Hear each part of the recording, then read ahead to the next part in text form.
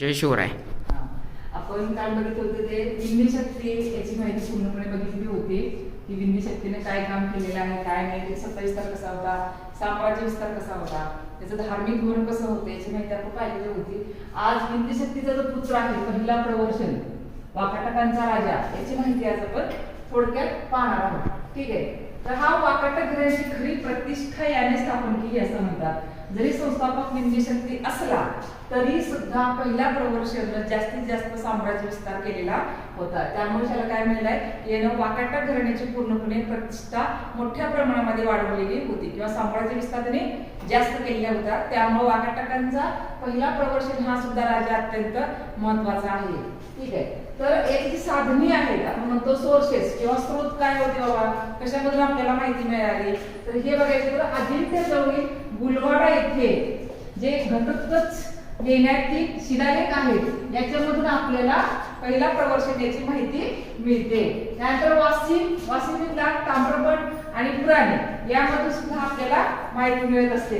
त्यामुळे लक्षात ठेवायचं की पहिला प्रवर्षण याची जी काही माहिती आहे ती आपल्याला अजिंठ्य जवळील गुलवाडा येथे शिलालेख असेल किंवा वासिन ताम्रपट असेल किंवा पुराणे असतील यामधून त्याची संपूर्णपणे आपल्याला माहिती मिळते. त्याचा जो कालखंड आहे तो इसवी सन 270 ते 330 म्हणजे जवळजवळ 60 वर्ष त्याने हे सत्ता विस्तार केलेला आहे. म्हणजे सगळ्यात जास्त जर कालखंड वाकाटक राजाने जे उपभोगला आहे किंवा ते साम्राज्य विस्तार केलेला आहे तो पहिला प्रवर्षण यांचाच आहे, हे लक्षात ठेवायचे. हा वाकाटक अशा सर्वात दीर्घकाळ सम्राट म्हणून ओळखला जातो. तुम्हाला ऑब्जेक्टिव्हला प्रश्न येतो की सगळ्यात जास्त काळ किंवा सगळ्यात जास्त कालखंड कोणत्या राजाचा होता किंवा पुढील दीर्घकाळ इथं काम केलेलं आहे. तर पहिला प्रवर्षण हे लक्षात ठेवायचे की वाकाटक वंशामध्ये सर्वात दीर्घकाळ काम करणारा हा सम्राट म्हणून ओळखला जातो. ठीक आहे. तर आता इथं 27 काय केलंय, तर पुराणातील उल्लेखानुसार प्रवर्षणानेच वाकाटकांचे सामर्थ्य वाढवले.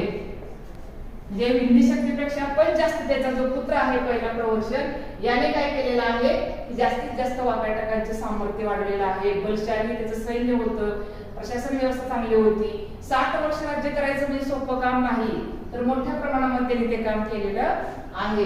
आता तरी काय केलेलं आहे बाबा, साम्राज्य विस्तार करत असताना प्रथम विदिशाचा जो नागराज होता याचा पराभव त्याने केलेला आहे.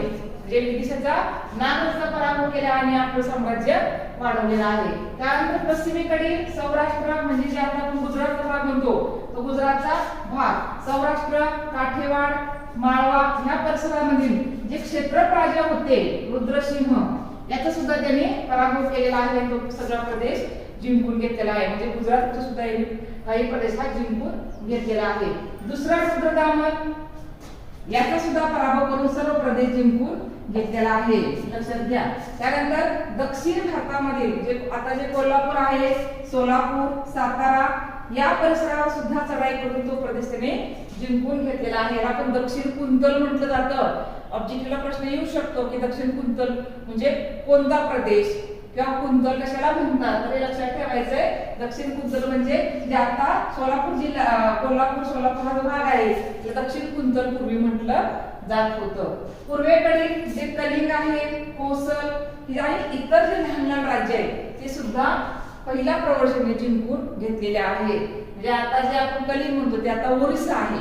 ठीक आहे. तर हे कलिंग, कोसल आणि वेगवेगळे जे राज्य आहेत ते सुद्धा त्यांनी जिंकून घेऊन आपल्या प्रदेशाला जोडलेल्या त्याने आपलं वाकाटकांचं साम्राज्य हे मोठं केलेलं आहे. आता ते धार्मिक धोरण जे होतं ते कसं होतं, तर पहिला जो प्रवर्षण आहे हा वैदिक धर्माचा होता. बघा आपल्याला प्रश्न असे लहान येत असतात की हा पहिला प्रवर्षण कोणत्या धर्माचा होता किंवा कोणत्या धर्माचं त्यानं कार्य केलेलं आहे किंवा कुठल्या धर्माचा तो होता. तर वैदिक धर्माचा होता हे लक्षात ठेवा. त्याने धर्म महाराज ही उपाधी धारण केलेली होती. यावर लक्षात येतं तुम्हाला की त्याने धर्म महाराज ही पदवी का घेतलेली आहे, कारण त्याने अश्वमेध यज्ञ केलेला आहे आणि आसपासच्या सर्व प्रदेशाने जिंकून घेतलेला आहे. आणि तरीही तो सहिष्णुवादी होता. म्हणजे असं नाही की बाबा तो वैदिक धर्माचा आहे म्हणजे फक्त वैदिक धर्म स्वीकारलेला आहे त्या धर्माचा प्रचार प्रसार केला असं नाही. तर ते त्या काळामध्ये जैन धर्म होता, बौद्ध धर्म होता, त्यांना सुद्धा सहिष्णुतेने वागवलेला आहे. असा हा राजाने जवळजवळ 60 वर्ष वाकाटकांचं राज्य सांभाळलेलं आहे. समजलं?